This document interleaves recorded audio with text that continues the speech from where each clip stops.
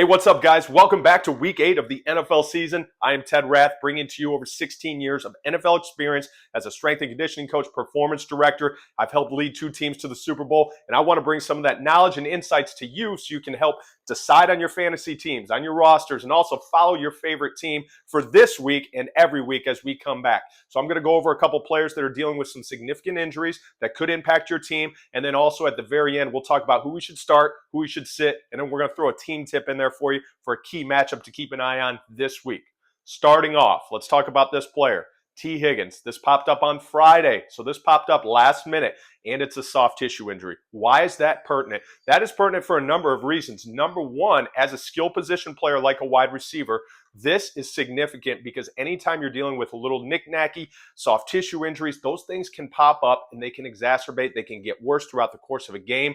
Hydration plays a role. Those short bursts, those explosive movements like a wide receiver has to do repetitively throughout the core of a competition, that's going to impact him. And he also has a history. He dealt with a significant hamstring injury all the way through training camp, and it cost him the first 2 games of this season. So this is not the first injury. Keep an eye on this one. Stay tuned to the end, and we'll talk about whether we should sit or start him.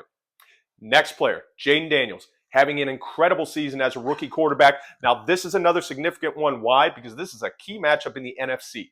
They're coming in at home against the Chicago Bears, who's bringing in a dominant defense. Now, he's dealing with a rib injury. Why is that significant for a quarterback? The rotational aspect of what they have to do, the hip disassociation, the stress, and the torque that it places on the midsection, specifically the rib area, this can be an uncomfortable situation for a quarterback. So the Washington Commanders have to be thinking to themselves, do we put him back out there, or do we look at this as a long-term? Because they do have a very well-known veteran quarterback in Marcus Mariota. So I'll see what they're going to do, but let's talk about whether we should sit or start Jaden at the end of this video. Moving on. This is a big one, and there's a couple players from this same team.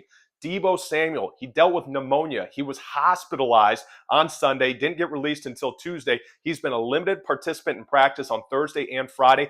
That's significant. Why? Number one, the toughness of this player is absolutely incredible. The fact that this guy was in the hospital for multiple days recovering from pneumonia, and now he's back on the practice field running at full speed against NFL quality opponents, that's incredible. Stay tuned to the end and what this means for this team. Moving on to a teammate of his, George Kittle, dealing with a foot sprain.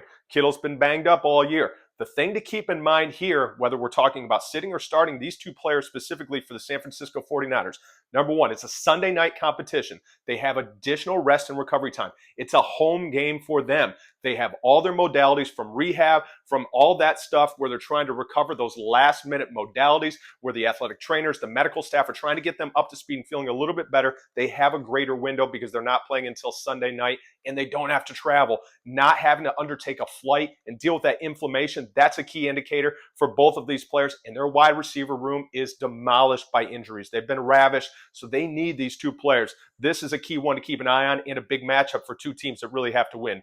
Moving on, DK Metcalf. He is graded as doubtful, so his actual rating is doubtful. That is more likely that he's probably going to be out of this football game, and he's dealing with a knee injury. Same thing. This is a big, bulky, dominant receiver, 6'3", 230 pounds. He's muscular. He needs to be able to place and depend on torque going through his kinetic chain, specifically the knee and the ankle region, because of how he runs routes, because of how he plays the game in a physical manner, so keep an eye on this one. Next, our team tip. The Washington Commanders, the Chicago Bears, we touched on it briefly. Head coach for the Chicago Bears is another former Toledo Rocket, so shout out to all my Rockets. Matt Eberflus doing an incredible job. He was playing at the University of Toledo when Nick Saban was there. He's got a coaching pedigree. He's learned from some of the greats, and his defense is playing out of their mind. On the other side, why this is interesting, Caleb Williams, homecoming. He's from that area around the Washington, D.C. metro area.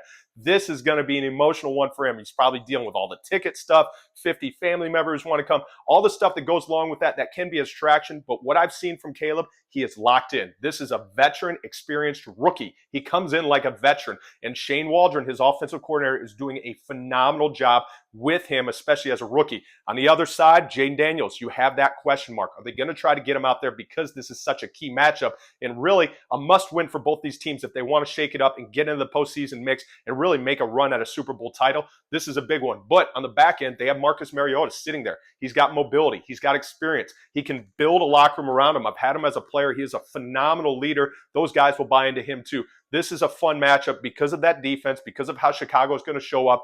They're holding opponents to low scoring averages. They're locking in. They're blitzing. They're also turning the ball over, and they're protecting it on offense. This is a key one to keep an eye on. Now, sit him or start him. Let's start back up at the top. T. Higgins. I'm going to sit him because of his history of soft tissue injuries and because of how this can impact a wide receiver. This is a critical injury, so keep an eye on that one.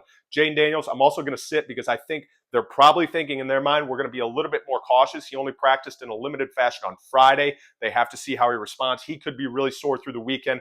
That's going to play a large role into this. Might be a pregame warm-up workout where they put him on the field on Sunday. They move him around. They see how the soreness is. If they can get that down from a paid tolerance standpoint, then maybe he has a chance to go. But I'd be a little bit more cautious with Jayden Daniels. Debo, I'm going to sit Debo. Why? The lungs, the factor of this, because once again, it's a high anaerobic sport. You have to be able to breathe. You have to be able to work. You have to be able to recover. And you have to be able to do that in a really rapid, fast state because of the aspect of how the games are played. Now, his teammate, George Kittle, I'm going to start George Kittle because here's a fun fact for you. It's National Tight End Day on Sunday. He started it. So you don't think George Kittle's going to be pushing to play, and they're playing the Dallas Cowboys, a heated rivalry, and it's Sunday Night Football. It's the only show on in town. How are you not going to try to go for that game? So I think you have to look at George and what we mentioned before. Their wide receiver room is ravished by injuries. They have to use the weapons that they do have. So if George Kittle is up and playing, I'm looking for him to get a ton of touches and a ton of looks from Brock Purdy. So keep an eye on that one. And then DK Metcalf. I'm going to sit him. I don't think he's going to play. And once again, you're probably going to be a little bit more cautious with him because of his build, because of his physical stature and how he approaches the game. But most importantly, stay tuned. Keep tuning in. Hit like, hit subscribe, and enjoy all these amazing games in Week 8 of your NFL action.